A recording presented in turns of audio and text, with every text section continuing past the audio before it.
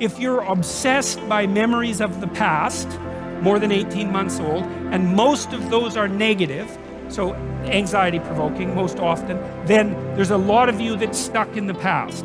And what that means is you didn't map the territory well enough, and the parts of your brain that are alarm systems, anxiety systems, are saying, no, there's holes in the way you're looking at the world. There's holes in the way that you're looking in the world. And you fell in them once, and you don't know where they are, and you don't know how to fill them, and you don't know how to walk around them, and so you can't forget them, you can't forget them. In any case, if you have memories like that, you remember them, they make you feel anxious and negative, you're stuck back there. Your body is still reacting as if there's an emergency that could happen again that you haven't fixed. And it doesn't matter if it was your fault, that's irrelevant, because the alarm system doesn't care. When your smoke detector goes off, it isn't relevant whether it was your fault. The smoke detector just says, house is on fire, and that's a bad thing. And your anxiety systems are like that.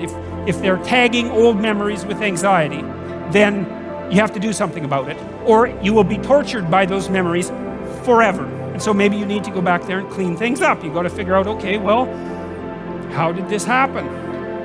What sort of role did I play? Even if it's a minor role, that doesn't matter, because the point is that you don't want to be put in the same vulnerable position again. So anything you can do to strengthen yourself is good. Lots of people have parts of them that are still stuck in some traumatic childhood experience. The dopamine system kicks in with a kick of positive emotion if you're going somewhere that's worth going. You want a little bit of positivity in your life. Well, how do you get it? It's happy when you have somewhere to go. That's the first thing. And then it's also happy when you're going there. And so if I'm on this side of the stage and I want to go over to that side of the stage and I see that there's a nice clear pathway, I could just go straight down this line, then I look at that and I'm actually a little happy. I'm not ecstatic. I mean, who the hell cares if I get to the other side of the stage, right? I mean, it's a small piece of my life, but it's not nothing.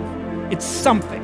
And then if I move here, and then I see that little table right in the way between me and the other side of the stage, then I feel a little negative because I don't want an obstacle in my pathway. And so that's really how you're looking at the world, by the way. You don't see objects. It's not the right way to think about it. What we see instead are pathways with tools that will move us forward, or obstacles, right? And there's no obstacles here, and there's a nice flat road, and so great.